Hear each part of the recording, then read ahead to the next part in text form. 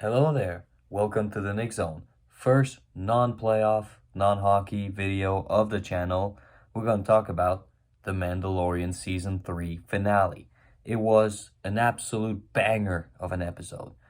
We got to see a lot of action, basically non-stop. It was a very fast-paced episode from start to finish. Well, the end was a bit slower because there's a lot of different scenes that they needed to put out there, but it was a great finale. We start with Din being taken to the debriefing room by stormtroopers. Again, he fights them off, and then Grogu comes in because Grogu didn't follow the other Mandalorians. He was worried about his dad, so he comes to try and save him. Of course, Din is already out of the stormtroopers, and he basically explains to him, "Kid, we're gonna need to put an end to this now. We need to kill off Moff Gideon, because if not, this will never stop. He will always have a base, and he will always hunt us down."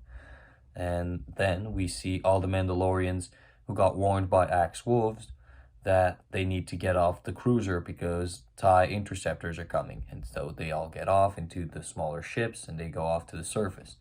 Axe Wolves take some heavy fire from the TIE interceptors while he's still in the cruiser, and he decides he's going to crash the cruiser into the base.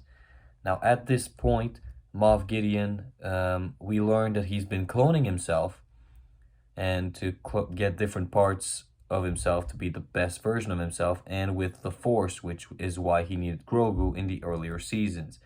And he basically wanted to make an army of himself and with the Force to beat up the Mandalorians and maybe conquer the New Republic. And Din Djarin puts an end to that. He just makes all the clone tanks explodes. So Moff Gideon's pretty pissed off about that. So he comes and faces Din, and he tries to fight him a bit. And he's in his new Dark Trooper Mandalorian outfit. So it's basically an Iron Man suit, because it's a Mandalorian armor with robotized parts, so he can crush things. He hits a lot harder, and he's a lot stronger than a regular being inside of an armor. And it's made of Beskar alloy. This is important because it's not pure Beskar. Pure Beskar is basically almost indestructible. It needs to be exposed to a big amount of heat to be destroyed. So this is why his armor is a bit weaker than Din's, because Din is pure Beskar. So they fight a little bit, then the Praetorian Guards come, and they beat up Din pretty heavily. Then Grogu comes in, and he saves him. And at this point, also, all the Mandalorians are coming to fight the Stormtroopers. It's a big sky battle. All of them have jetpacks, so it's a battlefield, but in the sky. It's a battle sky, as you can say. And we see the armorer crushes people with her hammer. Bo-Katan leading the way with the dark saber, which was very cool to see. And Din is getting beat up by the Praetorian Guards. And then Grogu comes in and says, "No, no, no," with his IG-12 thing. So it was very tough for him to see that, and for him to not get noticed. And so the Praetorian Guards go after him. Din is obviously trying to go to his rescue, but Moff Gideon pulls him out. And so the door closes, and Grogu is in a room with 3 Praetorian Guards. So they dismantle the IG-12 unit, and Grogu just uses the Force to jump around and try to not get hit by their blades.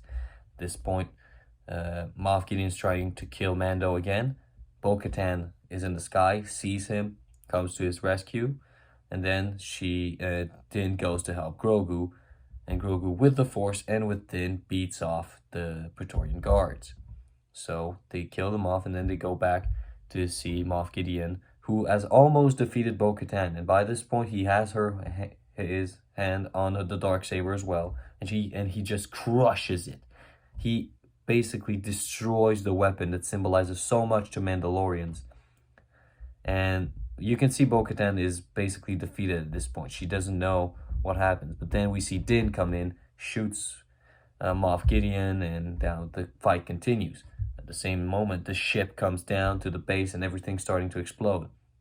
We all think everybody's going to die, but Grogu comes in, saves the day, pushes off the fire to save Mando and Bo-Katan, and basically Moff Gideon dies burning alive. So, the end of the season, Grogu gets initiated to be a Mandalorian. He gets officially adopted by Din, which finally, I mean, we all call them dad and son, so it's nice that they finally admitted that. Din goes off to work for the New Republic. Oh, I forgot to mention. When Grogu got initiated, he basically went into the living waters. Well, his feet touched the living waters, and he reached out his hand, and then we saw the camera go down under the water, and we saw the mythosaur open his eye. So I feel like maybe there's a bit of a connection. Maybe we're gonna see Grogu try to tame the mythosaur eventually with the Force, because he has the beast taming ability with the Force.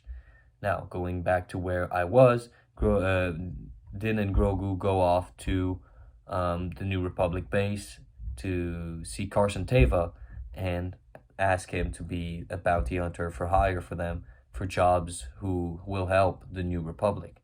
Carson Teva accepts. He says, yeah, we'll pay you under the table, no problem. You can help us. And then they go off to Navarro, give a new IG unit to the town, which is pretty cool. We see a new IG unit there, and he's basically the new marshal. And so the end of episode is basically them with a Looney Tunes type ending, where Mando sits and relax, and Grogu is force lifting a frog, and that's it. That's the end of the episode. So we saw a lot of stuff in this episode, in this season as well. We got a tease of Thrawn when they got that Shadow Council meeting at the end, the start of episode 7. The Darksaber is destroyed. All the Mandalorians are now together. They live on Mandalore now. Bo-Katan is the leader. They reignited the Forge, which was great. And again, it sets up the Ahsoka show, which will be coming in August. So again, I feel like we'll see Mando appear at least in one episode of Ahsoka. We see Thrawn will appear in Ahsoka. We saw him in the trailer that was played at Star Wars Celebration.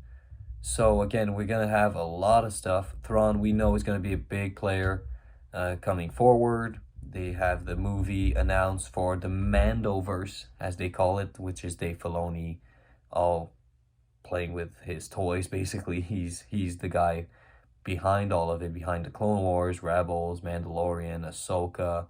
And his movie, which is going to come, is basically going to put an end to all of that. So we're probably going to see Luke in that. We're going to see maybe some Dark Jedis. There's a lot of possibilities here, and I'm very excited for it. So thank you guys for watching. Don't forget to click like and subscribe. And don't forget, this is the way.